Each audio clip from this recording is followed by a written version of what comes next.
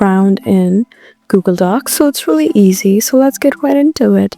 All you need to do is just open your browser, and once you're in your browser, you just need to go to this option that says docs.google.com right here. So after you're here, you just need to select any of the files. It could be a new one or an old one, anywhere you want to add a background. And after you're in your document, you just need to look at the left side right here.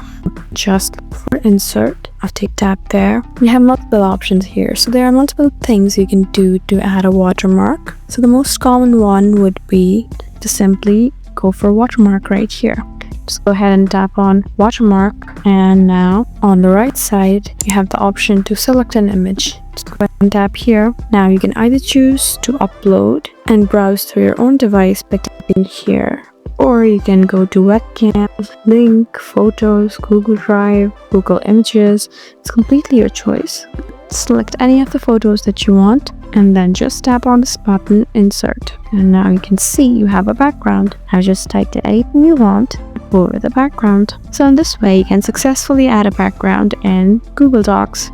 I hope this video was helpful for you. Leave us a like and drop us a comment down below, and we'll see you again in our next video. Thank you for watching.